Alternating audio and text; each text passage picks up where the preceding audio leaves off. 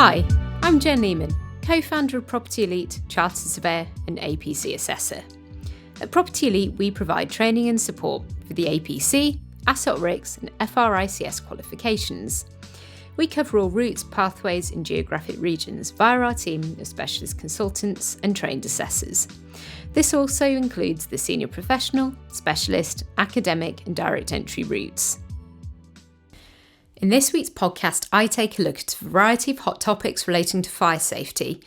These include the International Fire Safety Standards, IFSS, EWS One Forms, PAS 79.1 and 2 2020 and changes to Approved Document B. It's essential listening for all APC and AssocRICS candidates in relation to the health and safety mandatory competency, as well as those undertaking fire safety as a technical competency. Fire safety is so important. This is because every year a significant number of deaths and injuries are caused due to fire. This means that high standards of fire safety are essential to keeping residents and occupiers of property safe. It's especially important for domestic properties, where residents sleep in properties at night.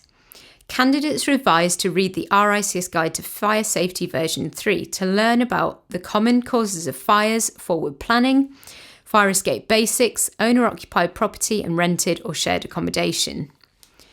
So first on the list today is the EWS process and EWS One Forms.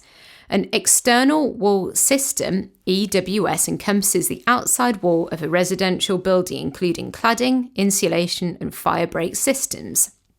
Buildings included within the scope of the EWS process include blocks of flats, student accommodation, care homes and HMOs.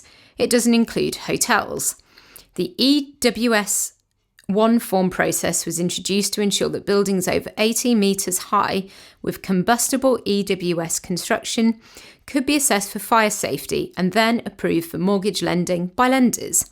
Some residential buildings below 18 metres also require reform, for example if they're 4 to 6 stories high with combustible EWS construction.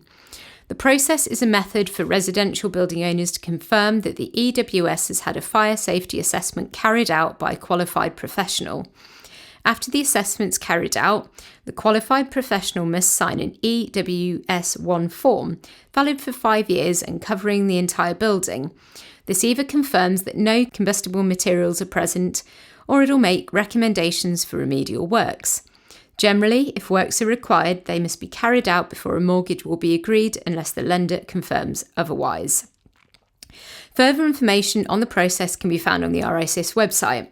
Valuers should also read the RICS practice alert relating to fire safety and residential valuation. Moving on, the International Fire Safety Standards were launched in November 2020 by a coalition of over 80 organisations, including RICS.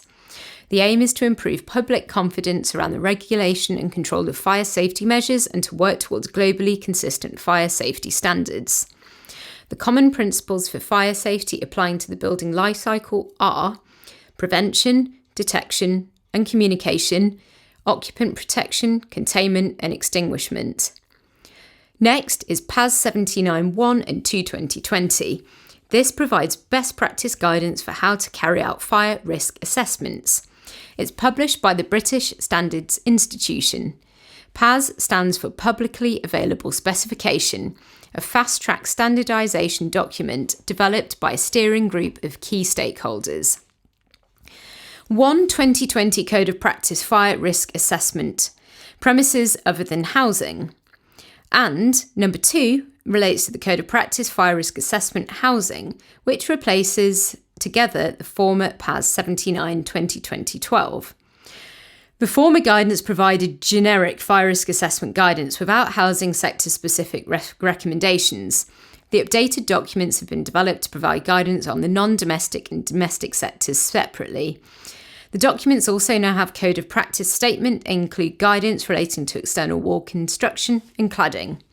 Both can be accessed on the BAFE website.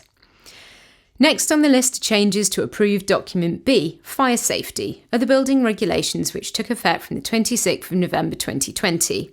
There are a number of key changes.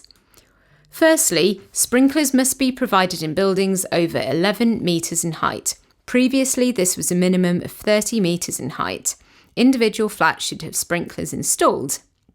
BS 9251 or BSEN 12845 are recommended when specifying sprinkler systems in flats. Sprinklers aren't required in fire stair oil, i.e. there are no combustible materials common areas. Consistent wayfinding signage should be provided for the fire service in flats of a top floor 11 metres above ground level. This should include floor level identification and information about the flats accessible from each floor.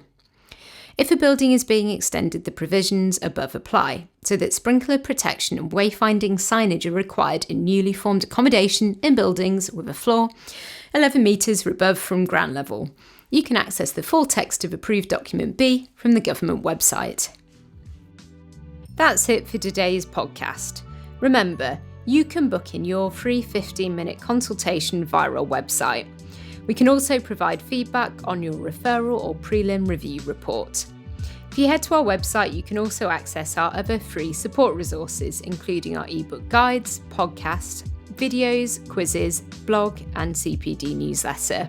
We can't wait to work with you, so thank you for listening, and I'll see you next week.